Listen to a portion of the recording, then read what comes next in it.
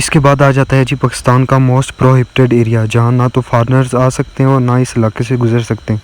यहाँ सर्विसेज भी इंटरनेट की बंद रहती हैं और यहाँ ना शूटिंग अलाउ है। इस वजह से हम एहतियात के साथ गुजरेंगे। अब हम एक खूबसूरत टनल से गुजरे जो पहाड़ को सेंटर से काट कर बनाई गई है, जिसके दरमियान से सड़क निकलती है जो कश्मीर को पाकिस्तान से मिलाने का अहम किरदार अदा करती है। 2000 years later. इन पथरीले पहाड़ों के दरमियान खुदाई नहीं की गई, बल्कि ये कुदरती गारें हैं जिनमें शेर, चीते, गीदड़ और दीगर जंगली जानवर रहते हैं। और रात के वक्त इस इलाके से गुजरना या सफ़र करना बहुत खतरनाक होता है, क्योंकि रात को सरेआम इन सड़कों पर शेर घूम रहे होते हैं।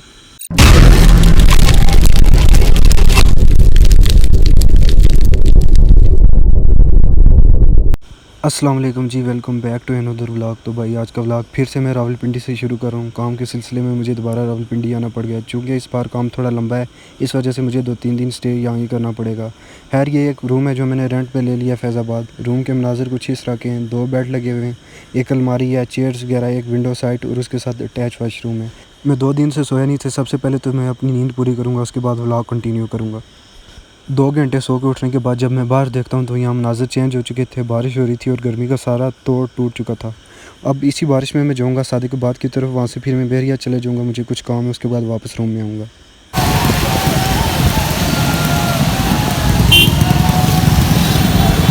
इस शदीद बारिश में भी तहरीक लब्बैक वालों ने अपनी रैली निकाली हुई थी। खैर मैं अब पहुँच चुका हूँ दुबई प्लाज़ा के बाहर। यह है राइट साइड पर दुबई प्लाज़ा। आप कभी भूल कर भी यहाँ से मोबाइल परचेज़ ना कीजिएगा, ताकि बाद में आपको पछताना ना पड़े।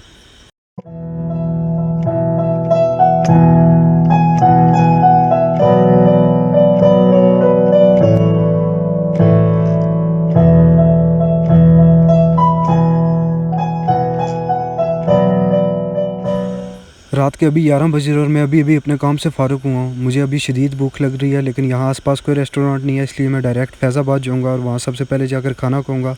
उसके बाद मैं अपने रूम में जाकर सो जाऊँगा।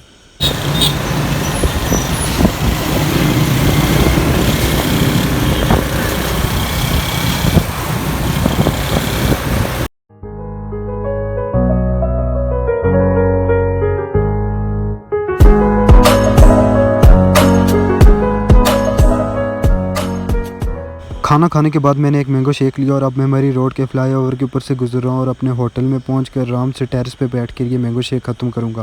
खैर ये भाई साहब हैं जो 2-3 घंटे से अपनी मशूका के साथ लगे हुए थे और अंधेरे में टेरेस कुछ इस तरह दिखाई देता है इस होटल का।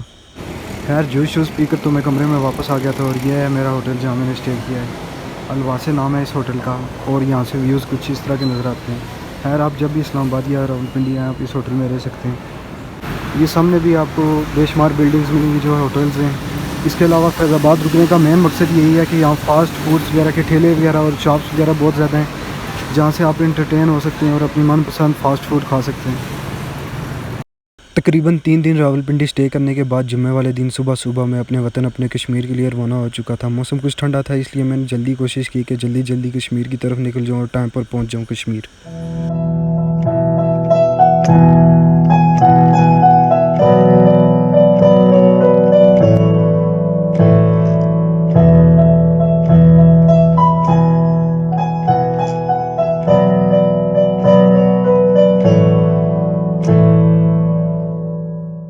हम गुलबर्ग टाउन वाले रास्ते से कश्मीर गए और गुलबर्ग टाउन पहुंचते साथ ही सबसे पहले हम पेट्रोल पंप पर गए और वहां से अपनी गाड़ी का फ्यूल फुल कराया। और आप देख सकते हैं ये रेड कार वाले भाई साहब जो पार्किंग में अपनी कार खड़ी करके फुल वॉल्यूम अप करके सिद्धू मूसेवाले का गाना सुन रहे थे कि उच्चियां ने गल्लां तेरे यार दियां, उच्चियां ने गल्लां तेरे यार दियां।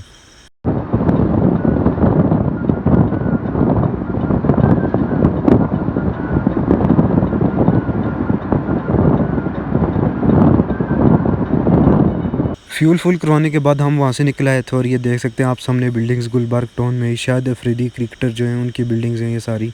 और यहाँ उन्होंने काफ़ी इन्वेस्टमेंट की हुई है, थोड़ी नहीं बल्कि बहुत ही ज़्यादा इन्वेस्टमेंट की हुई है इस इलाके में।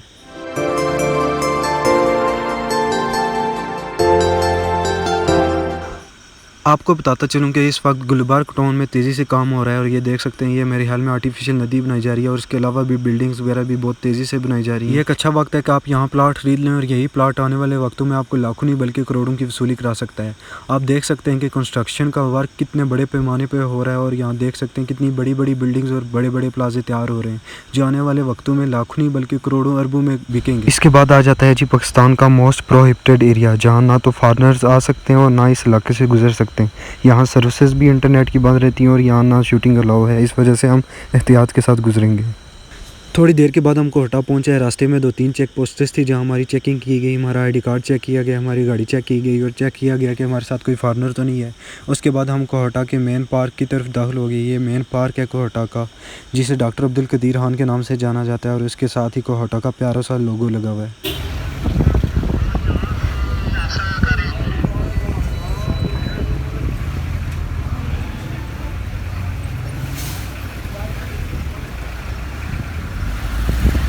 कोटा सिटी की एक बेकरी से मैंने ये कुछ सामान लिया और उसके बाद गाड़ी में बैठकर सन्नासी के गाने सुनते सुनते आराम से एंजॉय करके मैं ये चीज़ें खाने लगा।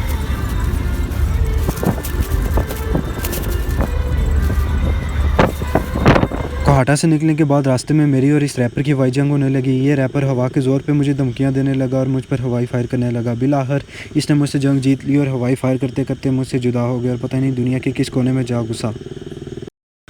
आप में से अमूमन बहुत से लोग रावलपिंडी वाले रास्ते से कश्मीर गए होंगे, लेकिन रास्ते में आपने ये होटल देखा होगा, हिल टॉप के नाम से होटल है। ये हमारी कश्मीर की बैठक है जहाँ हम सारे कश्मीरी बैठ कर आराम से चाय पीते और उसके बाद अपनी मंजिल की तरफ निकलते हैं।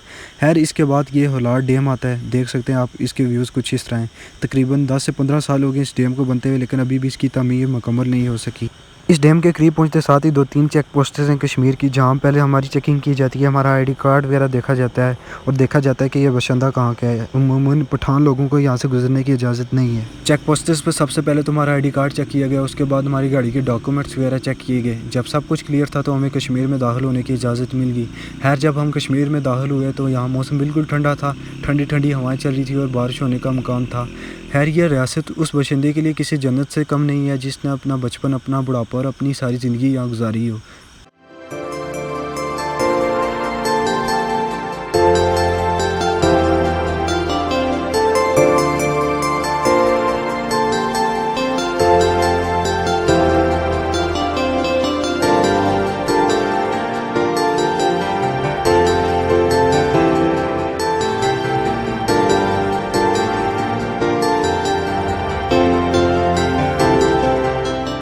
अब मैं गुलपुर के मुकाम पर पहुंच चुका हूं और इस वक्त मैं अभी एक पुल के ऊपर से गुजरा हूं जिसके नीचे से एक बहुत बड़ा दरिया गुजरता है। इस दरिया का नाम हमारे शहर में दरिया कोटली रखा गया है, जबकि पीछे इसका नाम दरिया पूंछ है। और जब ये मीरपुर के मुकाम पर पहुंचता है और इसके साथ मंगला डैम का पानी जब मिक्स होता है तो इसका नाम दरिया झेलम बन जाता है। इसका पानी पूरे पाकिस्तान में फ़्लो होता है और पता नहीं मुख्तलिफ़ जगहों पर इसके मुख्तलिफ़ नाम है। मैं एक खूबसूरत और एक ख़तरनाक इलाके से गुजरा हूँ जिसके बारे में अमूमन बचपन से ही मैं किस्से सुनता आ रहा हूँ कि यहाँ मुजाहिदीन रहते हैं, लेकिन इस बात में बिल्कुल भी सच्चाई नहीं है। लेकिन यहाँ कुछ सारे जो साबित करते हैं कि पिछले वक्त में शायद यहाँ मुजाहिदीन रहते थे। अब मैं बड़ाली दरबार के मुकाम पर पहुँच चुका हूँ जहाँ एक कुदरती चश्मा है जो एक दरबार से निकलता है। यहाँ का पानी बिल्कुल ठंडा होता है। आते जाते मुसाफिर यहाँ गाड़ियाँ खड़ी करके आराम से पानी पीते हैं और अपने साथ बोतलों में पानी भर के ले जाते हैं।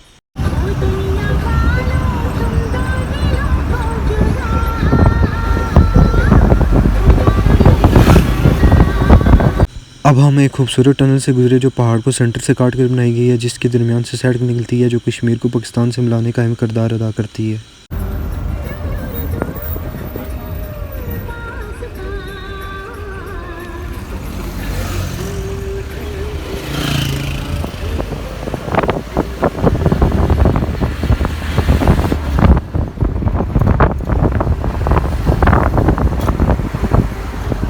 लें जी 3 घंटे की मुसाफत तय करने के बाद हम अपने शहर में दाखिल हो चुके हैं और इस वक्त हम गुलाहार कॉलोनी के करीब पहुंच चुके हैं। यहाँ मौसम थोड़ा सा गर्म हो रहा है क्योंकि अभी धूप निकल आई है।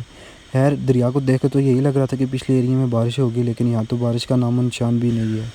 थोड़ी देर के बाद मैं शहीद चौक पहुँच गया और यहाँ पहुँचते साथ ही सबसे पहले मैं एक बैंक के पास गया जहाँ ATM से मैंने पैसे विड्रॉ करवाने। क्योंकि यहाँ शदीद गर्मी है और यहाँ रहना मुश्किल हो रहा है, इसलिए मैं डायरेक्ट अपने गाँव की तरफ जाऊँगा।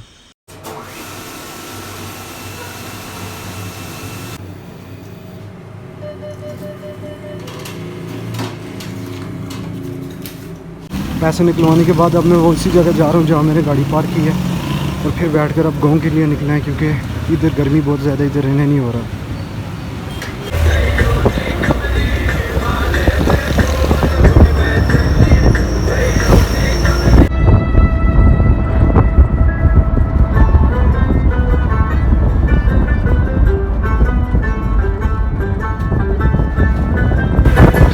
तकरीबन आधा घंटा सफ़र करने के बाद अब मैं सप्लाई के मुकाम पर पहुंच चुका हूँ, जहाँ एक बहुत बड़ी क्रश प्लांट लगाया गया है।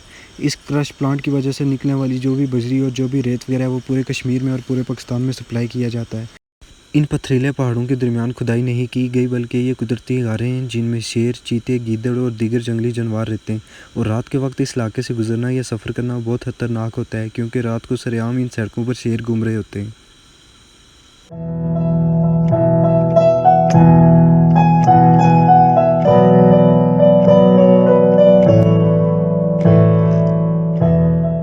तकरीबन 5-10 मिनट सफ़र करने के बाद अब मैं अपने गांव पहुंच आया हूँ। खैर ये आप सामने देख सकते हैं LOC लाइन ऑफ कंट्रोल। इसकी दूसरी तरफ मकबूजा कश्मीर है, जहाँ हमारे दूसरे मुसलमान भाई रहते हैं। खैर इसके साथ मैं इसी ब्लॉग को यहीं एंड करता हूँ। उम्मीद करता हूँ आपको पसंद आया होगा और मेरे चैनल को सब्सक्राइब कर लें। अपना ख्याल रखिए बहुत। अल्लाह हाफिज़।